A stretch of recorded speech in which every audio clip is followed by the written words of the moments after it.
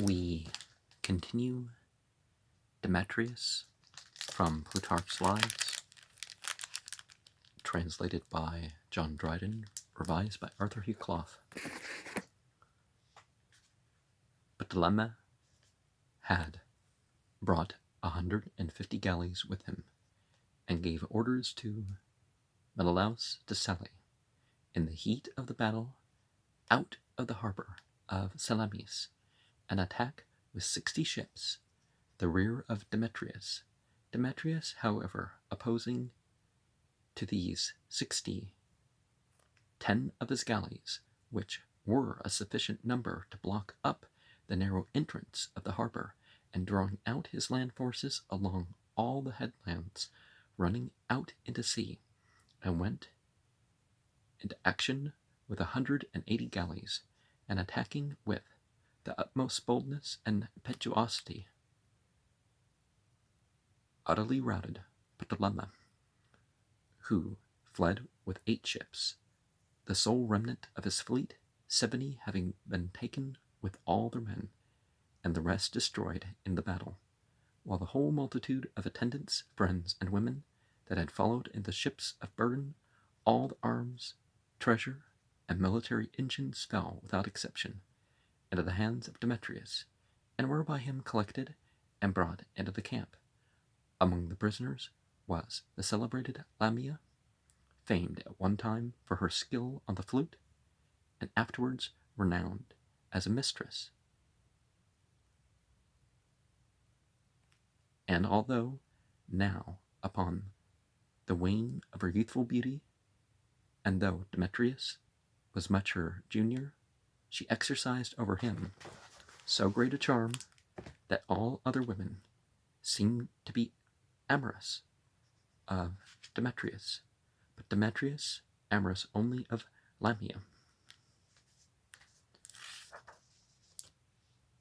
So it's important to have something to offer other than your youthful beauty. Well, I mean, of course it is, but people need to stop complaining. It's like, oh, men are more attracted to women of a particular age group. Yeah, well, doesn't mean they won't prefer another one. After this signal victory, Demetrius came before Salamis, and Menelaus, unable to make any resistance, surrendered himself and all his fleet, 1,200 horse, and 12,000 foot, together with the place. But that which added more than all to the glory and splendor of the success was the humane and generous conduct of Demetrius to the vanquished, for after he had given honorable funerals to the dead, he bestowed liberty upon the living, and that he might not forget the Athenians, he sent them, as a present, complete arms for 1,200 men to carry this happy news. Aristodemus of Miletus, the most perfect flatterer belonging to the court, was dispatched to Antigonus, and he, to enhance the welcome message, was resolved, it would appear, to make his most successful effort. When he crossed from Cyprus, he bade the galley which conveyed him to come to anchor off the land, and having ordered all the ship's crew to remain aboard, he took the boat and was set ashore alone. Thus he proceeded to Antigonus, who, one may well imagine, was in suspense enough about the issue, and suffered all the anxieties natural to men engaged in so perilous a struggle. And when he heard that Aristodemus was coming alone, it put him into yet greater trouble. He could scarcely forbear from going out to meet him himself, and sent messenger on messenger, and friend after friend, to inquire what news. But Aristodemus, walking gravely and with a settled countenance, without making any answer, still proceeded quietly onward, until Antigonus, quite alarmed and no longer able to refrain, got up and met him at the gate, whither he came with a crowd of anxious followers, now collected and running after him.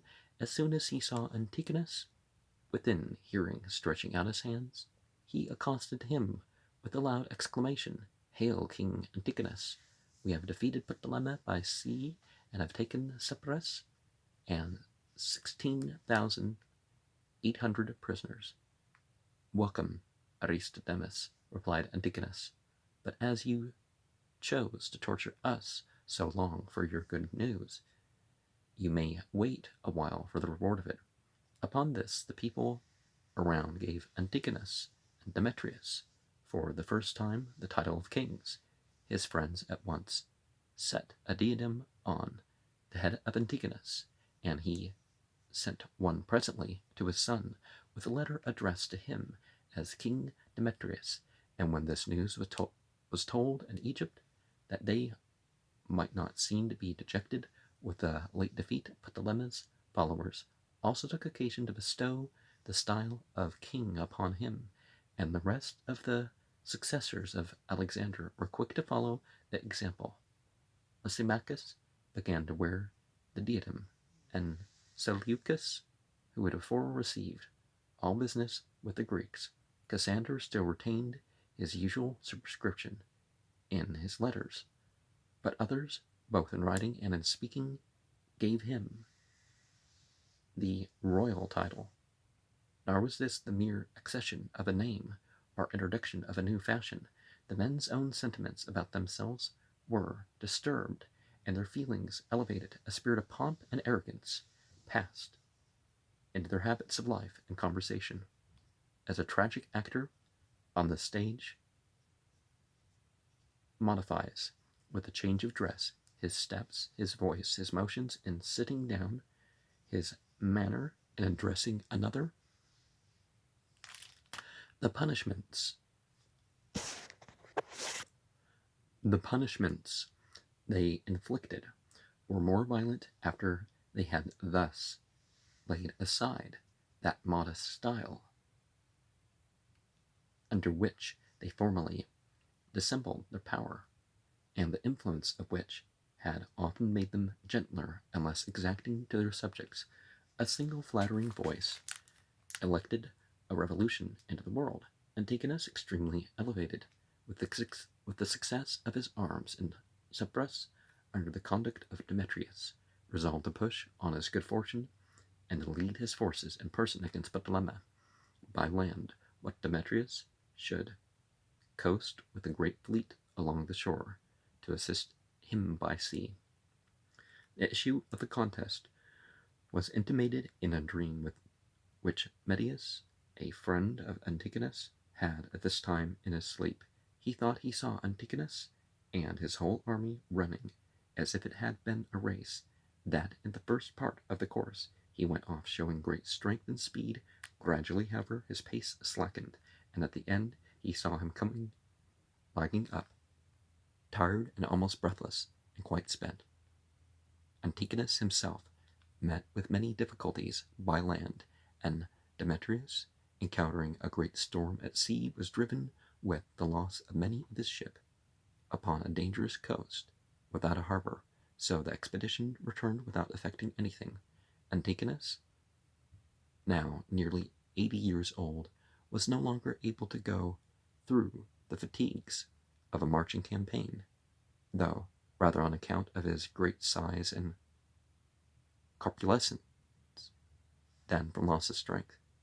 And for this reason he left things to his son, whose fortune and experience appeared sufficient for all undertakings, and whose luxury and expense of revelry gave him no concern. For, though in peace he vented himself in pleasures, and when there was nothing to do, ran headlong into any excesses in war, he was as sober and abstemious as the most temperate character. The story is told that once, after Lamia had gained open supremacy over him, the old man, when Demetrius, coming home from abroad, began to kiss him with unusual warmth, asked him if he took him for Lamia. At another time, Demetrius, after spending several days in a debauch, excused himself for his absence by saying he had had a violent flux. So I heard, replied Antigonus. Was it of Dacian wine are Chion. Once he was told his son was ill, and went to see him. At the door he met some young beauty. Going in, he sat down by the bed and took his pulse. "The fever," said Demetrius, "has just left me." "Oh yes," replied the father, "I met it going out at the door." Demetrius's great actions made Antigonus treat him thus easily. The Scythians, in their drinking bouts, twang their bows to keep their courage awake amidst the dreams of indulgence. But he would resign his whole being, now to pleasure and now to action, and though he never let thoughts of the one intrude upon the pursuit of the other, yet, when the time came for preparing for war, he showed as much capacity as any man, and indeed his ability displayed itself even more in preparing for than in conducting a war. He thought he could never be too well supplied for every possible occasion, and took a pleasure not to be satiated in great improvements in shipbuilding and machines. He did not waste his natural genius and power of mechanical research on toys and idle fancies, turning, painting, and playing on the flute, like some kings. Arapus, for example, king of Macedon, who spent his days in making small lamps and tables, or Attalus Philometor,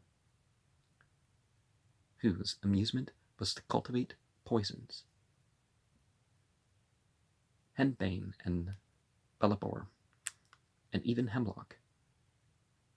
Aconite and Dorucnium, which he used to sow himself in the royal gardens, and make it his business to gather the fruits and collect the juices in their season. Well, hiding poison amongst your whatever is one way to protect your garden, right? The Parthian kings took a pride in whetting and sharpening with their own hands the points of their arrows and javelins, but when Demetrius played the workman, it was like a king, and there was magnificence in his handicraft. The articles he produced bore marks upon the face of them, not of ingenuity only, but of a great mind and a lofty purpose. They were such as a king might not only design and pay for, but use his own hands to make, and while friends might be terrified with their greatness, enemies could be charmed with their beauty, a phrase which is not so pretty to the ear as it is true to the fact. The very people against whom they were to be employed could not forbear running to gaze with admiration upon his galleys of 5 and 6 ranges of oars, as they passed along their coasts, and inhabitants of besieged cities came on their walls to see the spectacles of his famous city-takers, even Lysimachus, of all the kings of his time, the greatest enemy of Demetrius, coming to raise the siege of Soli in Cilicia, sent first to desire permission to see his galleys and engines, and having had his curiosity gratified by a view of them, expressed his admiration and quitted the place. The Rhodians also, whom he long besieged, begged him, when they concluded a peace, to let them have some of his engines, which they might preserve as a memorial at once of his power and of their own brave resistance. The quarrel between him and the Rhodians was on account of their being allies to Ptolemy. In the siege, the greatest of all the engines once planted against their walls, the base of it was exactly square, each side containing 24 cubits. It rose to a height of 33 cubits, growing narrower from the base to the top. Within were several apartments or chambers, which were to be filled with armed men, and in every story the front towards the enemy had windows for discharging missiles of all sorts, the whole being filled with soldiers for every description of fighting. And what was most wonderful was that, notwithstanding its size, when it was moved, it never tottered or inclined to one side, but went forward on its base in perfect equilibrium, with a loud noise and great impetus, astounding the minds, and yet, at the same time, charming the eyes of all the beholders. When Demetrius was at this same siege, there were brought to him 2 iron cuirasses from Cyprus, weighing each of them on more than 40 pounds, and Zoilus, who had forged them to show the excellence of their temper, desired that one of them might be tried with a catapult missile, shot out of one of the engines at no greater distance than 26 paces. And upon the experiment, it was found that though the dart exactly hit the cuirass, yet it made no greater impression than such a slight scratch as might be made with the point of a style or graver. Demetrius took this for his own wearing, and gave the other to Alcimus the Epirot, the best soldier and strongest man of all his captains, the only one who used to wear armor to the weight of 2 talents, 1 talent being the weight which others thought sufficient. He fell during the siege in a battle near the theatre.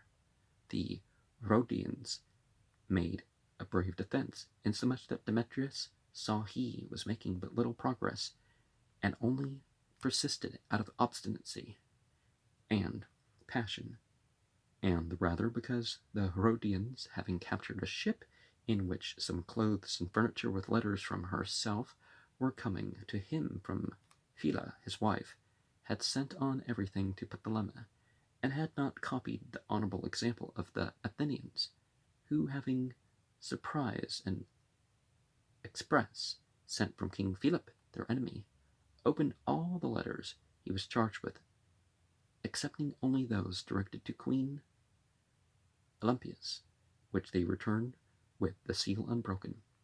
Yet, although greatly provoked, Demetrius, into whose power it shortly after came to repay the affront, would not suffer himself to retaliate. Protogenes, the Caunian, had been making them a painting of the story of Iliasus, which was all but completed, when it was taken by Demetrius. In one of the suburbs, the Rhodians sent a herald, begging him to be pleased to spare the work, and not to let it be destroyed. Demetrius's answer to which was that he would rather burn the pictures of his father than a piece of art which had cost so much labor. It is said to have taken Protogenes 7 years to paint, and they tell us that Apelles, when he first saw it, was struck dumb with wonder, and called it, on recovering his speech, a great labor and a wonderful success, adding, however, that it had not the graces which carried his own paintings as it were up to the heavens. This picture, which came with the rest in the general mass to Rome, there perished by fire. While the Rhodians were thus defending their city to the utmost, Demetrius, who was not sorry for an excuse to retire, found one in the arrival of the ambassadors from Athens, by whose mediation terms were made that Rhodians should bind themselves to aid Antigonus and Demetrius against all enemies, Ptolemy accepted. The Athenians entreated his help against Cassander, who was besieging the city. So he went thither with a fleet of 330 ships and many soldiers, and not only drove Cassander out of Attica, but pursued him as far as Thermopylae, routed him, and became master of Heraclea, which came over to him voluntarily, and of a body of 6,000 Macedonians, which also joined him. Returning hence, he gave their liberty to all the Greeks on this side Thermopylae, and made alliance with the Boeotians, took Kencrea, and reducing the fortress of Phala and Panactum, in which were garrisons of Cassander, restored them to the Athenians. They, in requital, though they had before been so profuse in bestowing honors upon him that one would have thought they had exhausted all the capacities of invention, showed they had still new refinements of adulation to devise for him. They gave him as his lodging the back temple in the Parthenon. You know, people did not make the temples about their own personal thing, like professional priests that, like they have a corner of the house of worship that's like theirs. It's like, no, the place is supposed to be open for everybody. Well, I mean, the rules are different per group, but you know what I mean. And people have the gall nowadays to say that, oh, my expensive clothes and everything else is, that's just for the ministry. It's like, no, that's salary, dude. I think that was one of the complaints about the Muslim Brotherhood, is they were Ikhwan Muslimin, or how do you say that? I don't remember what it is in Arabic, but yeah, they were going to say, hey, your luxuries that you get as part of your job, that's salary. Other people, they have to buy their food and clothes and housing and stuff with their money. So that's obviously,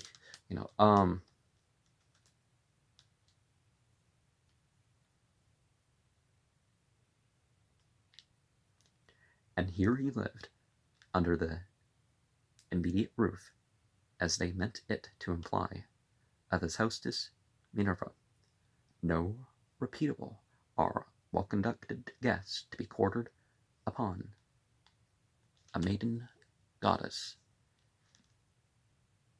Well, what was incubation related to something else? Because he could have been doing an incubation thing. When his brother Philip was once put into a house where 3 young women were living, Antigonus, saying nothing to him, sent for his quartermaster, and told him in the young man's presence to find some less crowded lodgings for him. Demetrius, however, who should, to say the least, have paid the female entity the respect due to an elder sister, well, at least that was the custom, for that was the purport of the city's complaint.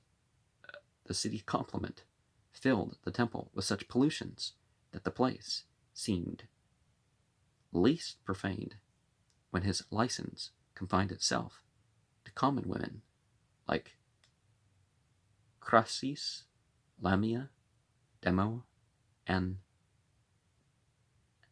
Anticura. Well, didn't they say those were supposedly like proper relationships or something like that? But yeah, temples and places like that have rules, and it shouldn't just flux because we have a different sort of ruler. The fair name of the city forbids any further plain particulars.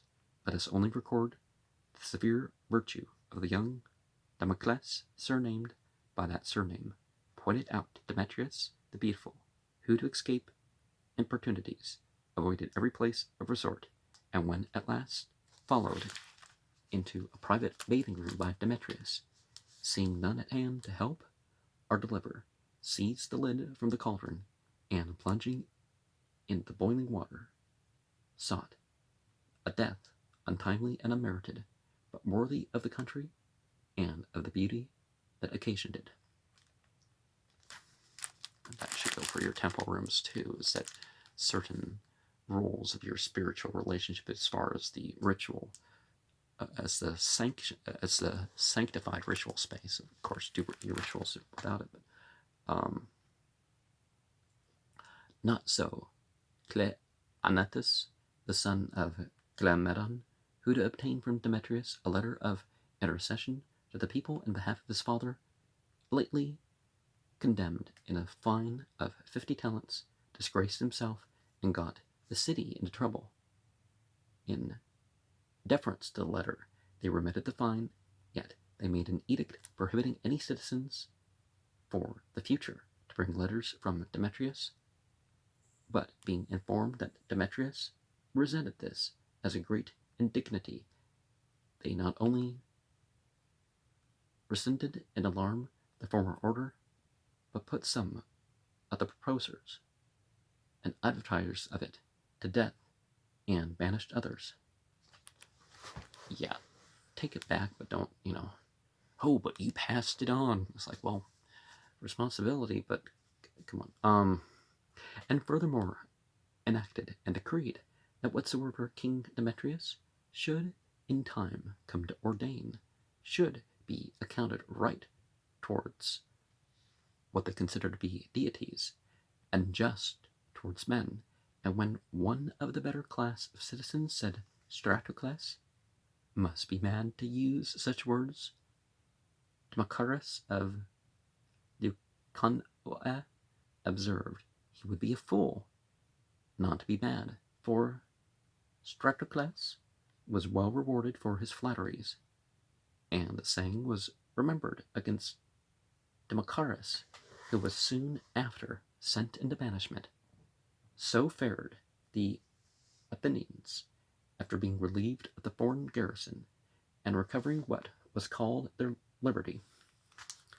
After this, Demetrius marched with his forces into Peloponnesus, where he met with none to oppose him, his enemies flying before him, and allowing the cities to join him, he received into friendship all Acta, as it was called, and all Arcadia, except Mantinea. He bought the liberty of Argos, Corinth, and Sicyon by paying 100 talents to their garrisons to evacuate them. At Argos, during the feast of Juno, which happened at the time he presided at the games, and joining in the festivities with the multitude of the Greeks assembled there, he celebrated his marriage with Didamia, the daughter of Aeacus, king of the Molossians, and sister of Parhas. At Sicyon he told the people they had put the city just outside the city, and persuading them to remove to where they now live, gave their town not only a new site but a new name, Demetrius, instead of Demetrius, which was the ruler's name, after himself. A general assembly met on the Isthmus, where he was proclaimed by a great concourse of the people the commander of Greece, like Philip and Alexander of old, whose superior he, in the present height of his prosperity and power, was willing enough to consider himself, and certainly in one respect he outdid Alexander, who never refused their title to other kings, or took on himself the style of king of kings, though many kings received both their title and their authority as such from him, whereas Demetrius used to ridicule those who gave the name of king to any except himself and his father, and in his entertainments was well pleased when his followers, after drinking to him and his father as kings, went on to drink the healths of Seleucus with the title of Master of the Elephants, Ptolemy by the name of High Admiral, of Lysimachus with addition of Treasurer, and of Agathocles the style of governor of the island of Sicily. The other kings merely laughed when they were told of this vanity. Lysimachus alone expressed some indignation at being considered a eunuch, such being usually then selected for office of treasurer, and in general there was a more bitter enmity between him and Lysimachus than with any of the others. Once, as a scoff at his passion for Lamia, Lysimachus said he had never before seen a courtesan act a queen's part, to which Demetrius rejoined that his mistress was quite as honest as Lysimachus's own Penelope. And we'll continue that another time.